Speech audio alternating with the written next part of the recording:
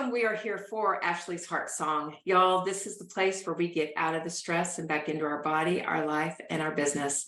When we take this approach of ease, the approach of peace, the approach of our heart song, that is when we can truly live a life we love in a body that we love with ease and grace. So welcome to the show today. We have got a very special guest. We have Christie Varga with us, and I'm going to be introducing her in just a moment. So happy to have this special guest that will open up our eyes and our hearts to just a whole new way of living. But first, y'all, you know what this time is for. This first moment in which we step into this space is all about our vitality score. So let's check in first with our vitality score. So Christie, what we do is we do this vitality score around our mind, our heart, our mind, our emotions, and it's mental vitality, emotional vitality, spiritual vitality, and physical vitality. And so y'all, let's just take mental vitality this week, today, how you're starting your week. Where do you score from 1 to 10? 10 being you are knocking it out of the park. Mentally, you feel clear, you feel purposeful, you know exactly what you're doing. That is a 10, and less than a 5 is you feel scattered, you feel foggy, you just don't feel quite there mentally. So place your score down on a sheet of paper. Next, we go to your emotional health this week. And today, where are you? Are you at a 10 where you feel balanced, you're in harmony? You know, it's just good. Or are you less than a 5? Are you scoring closer to a 1, where it is the imbalance, the moodiness, the crankiness, the edginess, right? Where are you on that emotional health? And then let's move on, write your number down, and then go to we are on physical health. Your physical health score between a 1 and a 10, 10 being your body feels mobile, flexible, feels strong, you feel very capable physically today. Or is it closer to the 1 where you are really hurting today? Maybe you're in a lot of pain. Maybe you just feel low energy. Where are you on that? And put your score down. And then the last one is spiritual wellness, your spiritual vitality today, this week. Are you connected? Are you aligned? That is a 10. Or do you feel disconnected? Maybe a little lost. If you're lost, if you feel hopeless, that is less than a 5. So it could be anywhere from a 1 to a 5. Add up your score. And of course, the top score is a 40. What we do with this score is we're looking at this and determining, okay, what area of life, number 1, do I need to work in? Maybe not area of life. What area of me do I need to work on? Mental, emotional, physical, or spiritual? And so it gives us that starting point, but it also kind of just keeps us tuned in to what we're doing, how we're showing up in our life. Because if your score is less than a 20, then if I were you, I would recommend not doing any work yet.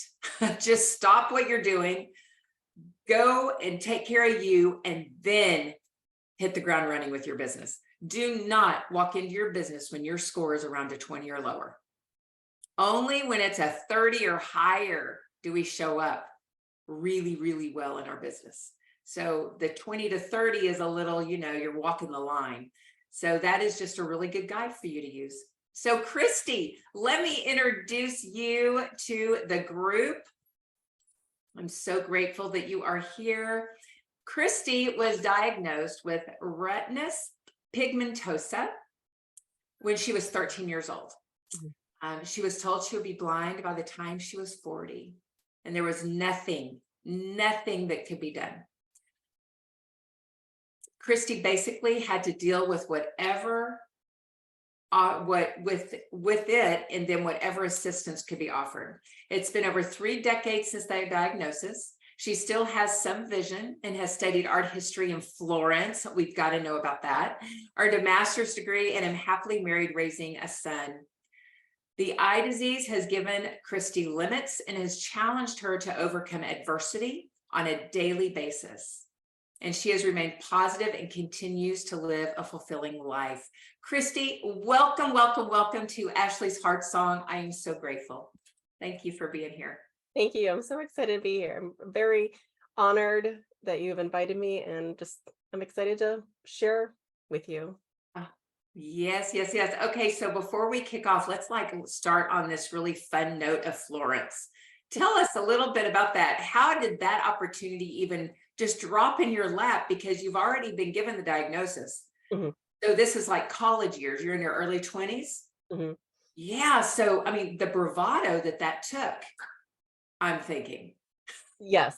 And I was actually in college studying music business and hospitality management. And then the opportunity to study in Florence came up, and I just thought this would be fun. I'd wanted to travel. Italy was my dream destination. And Mhm. when it came up that I could be studying in Florence for a summer, I decided, I talked to my parents, of course, and they said, yes, you can go. So I signed up, and I thought the best thing to study in Florence would be art history. But there was, of course, that fear of heading over there, being in a new country, right? Like new languages, new countries. I have no idea what their lighting is like at night. Because retinitis pigmentosa takes away your night vision first, and so I had complete night blindness. Don't drive. I never drove at night, and I couldn't see. So there was that fear of that, and then going over there with 12 peers that I didn't know, and who was I going to count on, and who would my allies be when I was over there and navigating a whole new country. And my parents would be quite a long plane ride away. So it was a lot to take on, but I was just in a place where I wanted something new, and I don't think I overthought it too much, thankfully. And it was the opportunity to go. I was excited. And when I got there, I had befriended somebody in the course we had to take before going. So I was fortunate to have somebody there as my little assistant at times. But, it was still during the day navigating a whole new place, foreign language, trying to learn a little bit of the language as I went through, and just getting around. And there were times that there was a place I had to be. I actually took a cooking class in Florence as well, and that was in the evening. So I had to make sure I got out of class and headed back home before it got too dark, so I could find my way home easily. So yeah, there was a lot to overcome, but walking into the museums and seeing all of that was our daily field trip. We didn't sit in a class with a book. We saw the artwork in person, cathedrals and museums, and it was awesome, which also was a lot of navigating as well, trying to find all these new places in the city and being there in time for my class. But it was an adventure and an experience I'll never forget. I can only imagine how incredible that was. How incredible that was. When I was 18, I got to travel through the Orient and with people to people student ambassador. And that was really fun.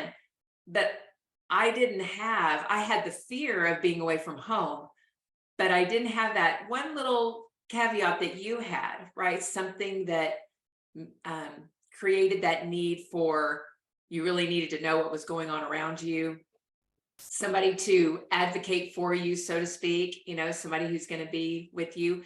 And so I am just truly just inspired by you and the courage that took to go to that foreign country. That is amazing. And what an experience Mhm. to behold. Wow. Wow, wow, wow. Yes, yes, yes. So let's just backtrack a little bit. And you told us a little bit about what RP is. We'll just call it RP as a shortening thing here. Okay. Yeah. And you're 13 and you're diagnosed with that. So I'd love to know, as a 13-year-old, that's kind of the time when we're dreaming about our life and what we're going to do, and who we're going to be. Are we going to be a Eleanor Roosevelt, or we just kind of start dreaming at that age. So when you got this diagnosis, how did that land on you for the dreams that you had for yourself? What transpired for you? Well, it playing out was not exciting. I mean, it was terrible to hear, right? You are 13 and your goal at that point is to be driving in a couple years. And, what laid ahead was, I think it was at that time still, I wanted to be like a movie director. And there was all these different ideas in your head of what you want to be. But really, it was in between eighth grade and ninth grade. So I was already anxious about going into high school. Now I have this dropped on me. And I was taking a summer school class to a math summer school class, which I wasn't too happy about. So all of this just came like tumbling down on me. It wasn't anything we expected. Nobody in my family had it. So it was completely new to us. It wasn't even a thought, right? Some people have it in that runs in their family. It is genetic disorder, but there was nowhere for us to even think about. So it was scary. It was very scary. And my dreams at that point, like I said, was just to be driving in a couple years. And they said I wouldn't be able to drive ever. And I can remember that evening going to my friend's house and sharing with her and the people we hung out with in her neighborhood.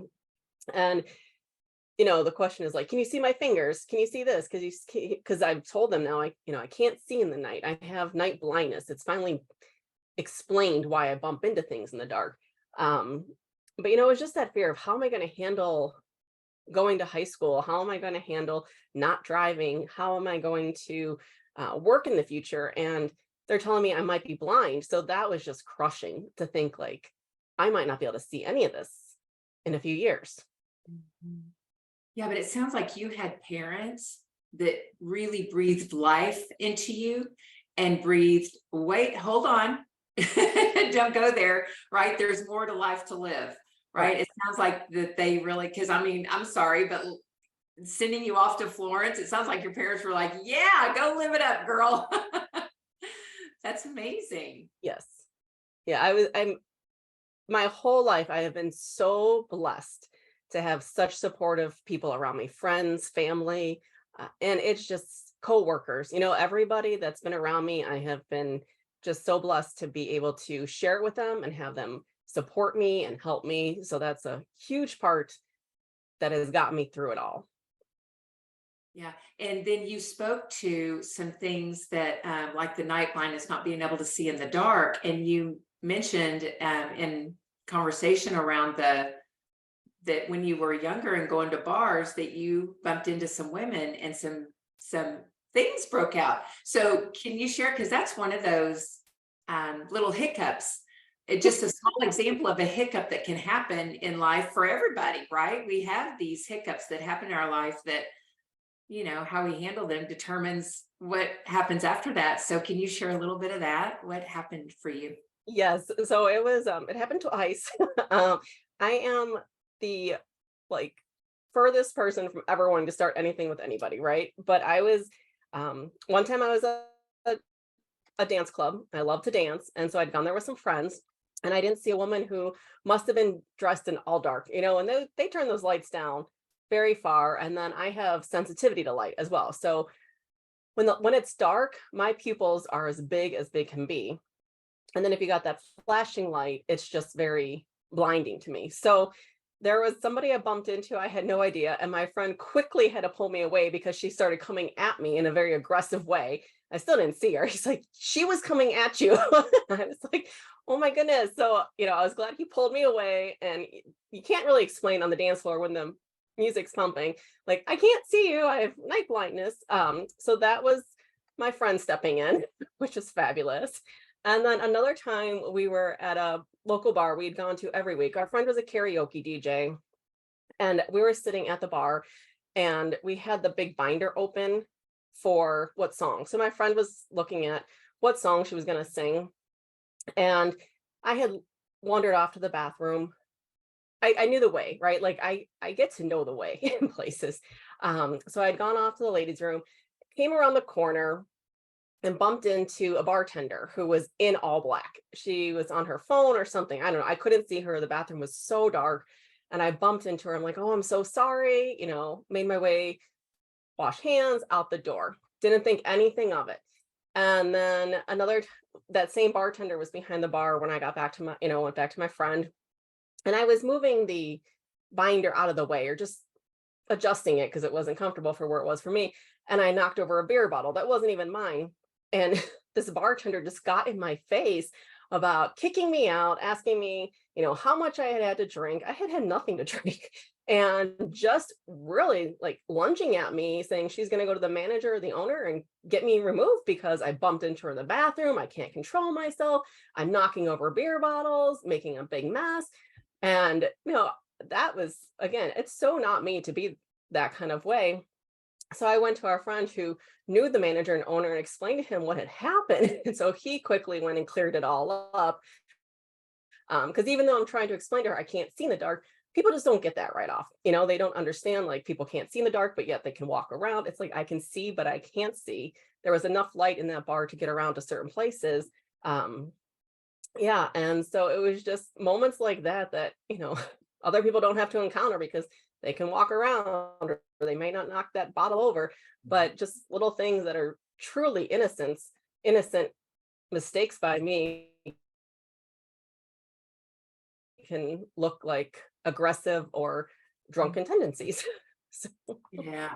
Isn't that interesting though? And when we look at it from the other side of it, we can learn that lesson of compassion. We can learn that lesson of giving people the benefit of the doubt.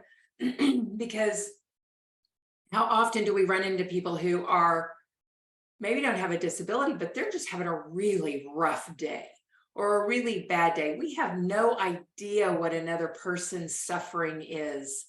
And that the external world likes to just jump right on it and judge, criticize, and like that woman did for you, you're drunk, how much have you been drinking? Whereas when really it's like, wait a minute, why don't you just check in with her for a second, right?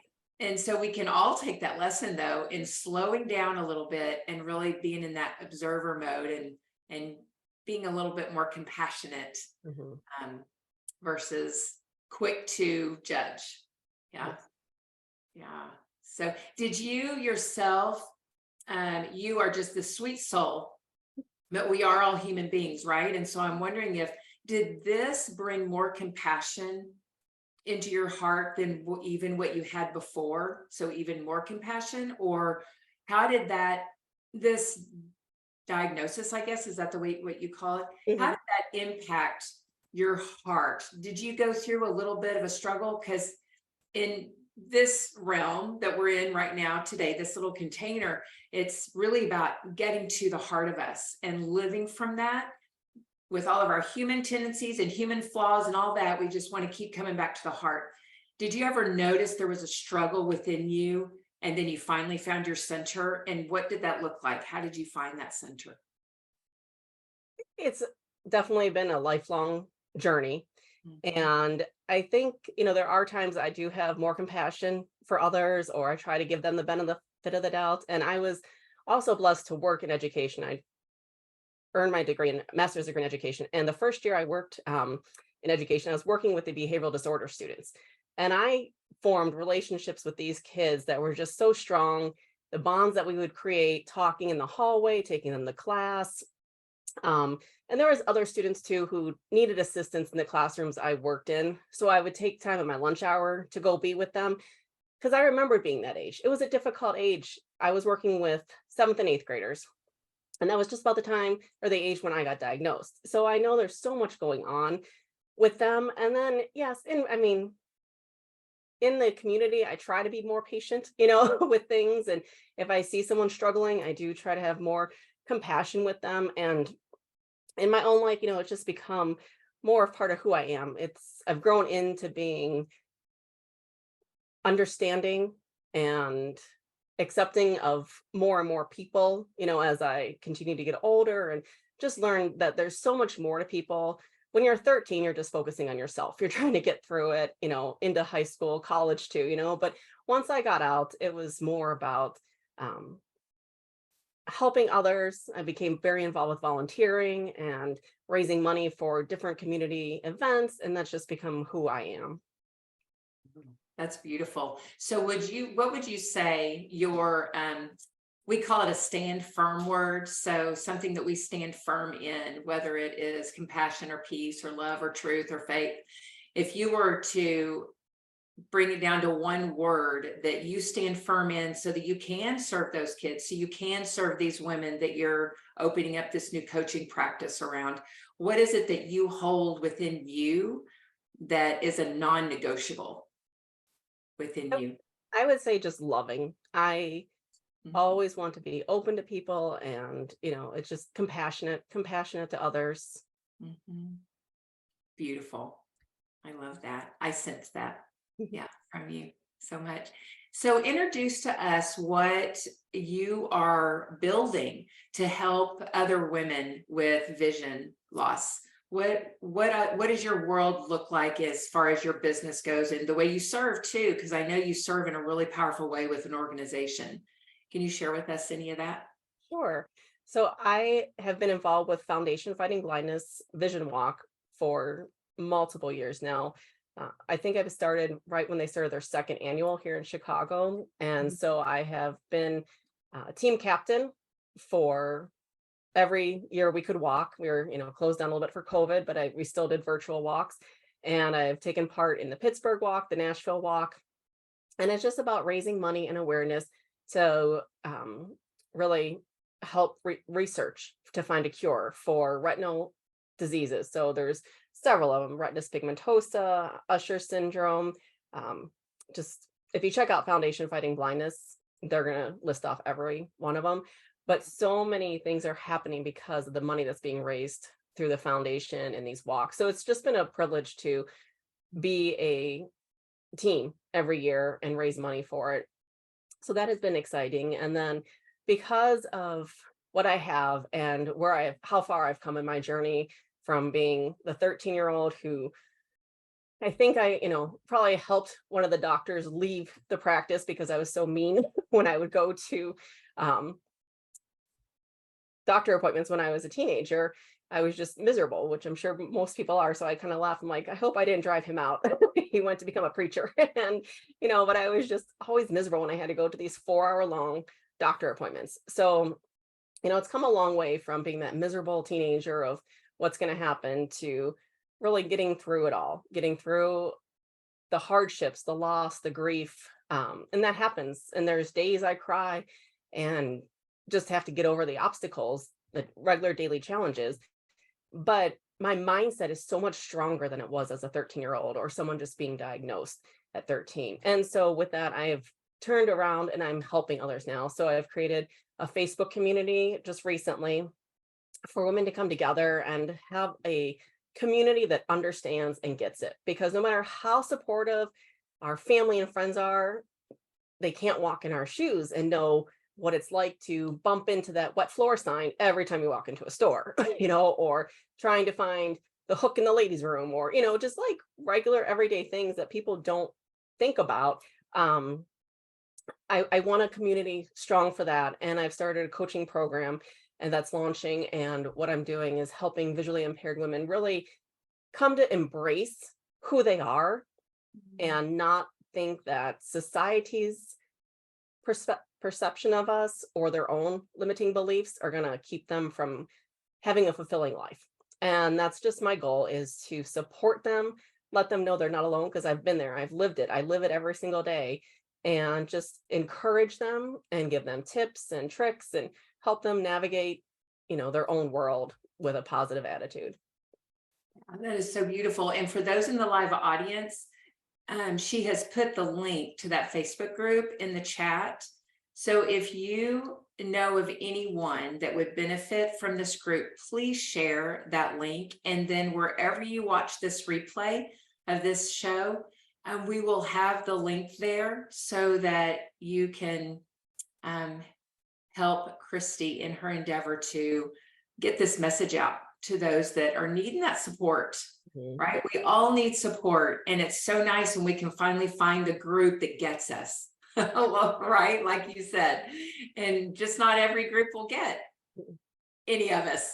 Yeah. So it is. The link is in the chat box, right? Didn't it go in there? Yes.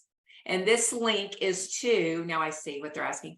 This link is to the Facebook group where they can have access to Christie and the support that the whole group will provide. And then if that person, I'm sure Christy, has any questions, they can always reach you directly. Yes. Yeah. So beautiful. We had talked also about the ability to accept aid or accept help when we're going on this journey of life. We tend to want to just pull ourselves by our bootstraps. That's what we say here in Texas. Pull ourselves up by our bootstraps and we just keep going.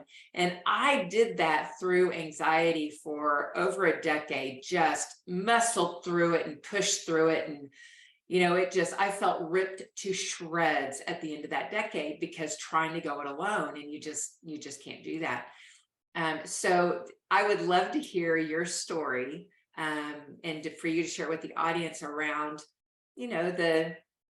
what we've spoken about around the cane. That would be, yeah. The white cane, it is empowering once you have it, but before you have it, there is such a embarrassment or shame that can come with it. And when you have RP, a lot of us say, I can see, but I can't see. It's complicated, because some people have vision that's like as small as 1%, or they just see lights or shadows. And for myself, I have less than 20%, but it's like sporadic. So instead of, some people look through a straw, I feel like I look more through a paper roll, like towel holder with slits in it. And so there's things I can see and there's things I can't see. And so really saying like I need a cane was difficult for me. And I just never, when I was first diagnosed, that wasn't even a talk. There was no talk about the cane because I could still see enough. And then as I got older, it just was not really part of it. It just wasn't talked about. It wasn't offered. It just wasn't like right there in front of me. So I never thought about getting it. And when I was 30, I was diagnosed legally blind. And that would have been the ideal time to start getting it, because I started losing more peripheral vision, the bottom vision. When I was working, I bumped into students, and it just more of like, I don't need it. I can still see. I can still see. I don't want to get this. Why do I need it? But it was just such a pride. It was so much pride of trying to ask for help. I was so proud of myself when I would work and people would say, I forgot you can't see. I forgot you had a visual impairment. I forgot, that you have RP. That was very, I was very proud of myself for hiding it for so long and not letting people know I had this disability. But I started realizing that was really not helping me, because I needed to ask for help. I needed times when somebody could guide me around a situation, or understand why I couldn't see when, at the school they were showing a movie and the lights were down low. And it was just a lot to think about and accept. And I just refused to do it. And I had gotten the number years ago about finding out how to get one from the state, or the lighthouse. And I just kind of put it to the side, lost the number, never went back to it. And it wasn't until last summer, that I was deciding to go to a conference. And it finally hit me that my safety and the confidence I needed and the independence I needed to fly alone, maneuver around a huge convention center hotel. If you've ever been to Opryland Hotel in Nashville, it has 3 atriums, and I needed to navigate through there by myself and just feel confident doing it. The need for the independence outweighed the embarrassment I felt. And there were times, when we were going to even like locally a baseball game, there's steps you got to climb. When you go to a movie theater, there's steps in everything. So, there was times I could like have the assistance, but I wanted the independence. And so finally I knew it was time to make that call and start figuring out how to get the cane. And even when the gentleman came to start me on it, it was nervousness, embarrassment, walking around my own neighborhood. Like, what are my neighbors going to think of me? Because they see me out playing with my son, but now I need a cane. Like, why does she need a cane? And, it was just that I had to overcome. And it takes a lot, it has to outweigh the pride. It could have saved me from tripping down a hallway. It could have saved me from face planting on parking lot years ago. It could have saved me from ending up with a almost broken ankle, very bruised ankle because I fell once if I had had the cane. But those still didn't prompt me to go get it. So this finally got me to the point where I wanted it, and I knew that it would be more empowering than embarrassing. So I have my cane now. It was a few or like 10 hours of training. I did the conference. I let myself get lost in the hotel. I let myself find new ways. I had been there before and I had never explored it. I let myself explore and just have fun and let go. And that was really empowering. And going through the airport by myself, holding that was great. And then we went on vacation to Disney. So I was able to navigate a lot on my own while my husband was taking care of our son in the dark. So made me so aware of how great it was. And now I've named my cane Charlie. So I'm like, is Charlie here today? Do we got Charlie in the car? And let's not forget Charlie. So it's become part of who I am, and I'm proud of myself, and I'm empowered. That's beautiful. Yes, I love that. And it brings to mind the what a minister friend of mine says, that people don't change until the pain of change is less than staying the same, or something like that. So that pain of change had to happen and supersede not changing in order for you to make that decision to change. And that was just such a beautiful example of that, and how empowering it is when we do decide to make that change, when we do decide to shift, to accept, to say no to the fear, because that's what you did. There was just fear keeping you there. The ego mind fear was just keeping you planted, stuck, and then there's no growth there. Whereas look at this, when you said, I'm gonna do the cane, I'm gonna go to this event, learn 3 atriums, navigate my own way around. I mean, wow. Talk about elevation, talk about confidence within yourself, and developing more of that self-love, self-empowerment. Wow, that is just huge. That is huge. Yeah, I bet you were just celebrating. Did you take time to celebrate that you did that? Yes, I was very proud of myself, and I would, text my husband or call him and be like, I did this, and I took pictures and I posted on social media like, I'm doing this. And it was fun, and I let myself have fun and not get worried. And that, the anxiety was gone, the fear was, all of those emotions that come over, the pride, the shame, they were gone. And it was great because I was able to like tell those who could see where they needed to go, so it's like, because I let myself get lost there, and I just let myself have fun and feel confident, that I was able to navigate. So it was very good, a very good experience. And how long ago was that? The conference was actually about a year ago this month. So Yeah.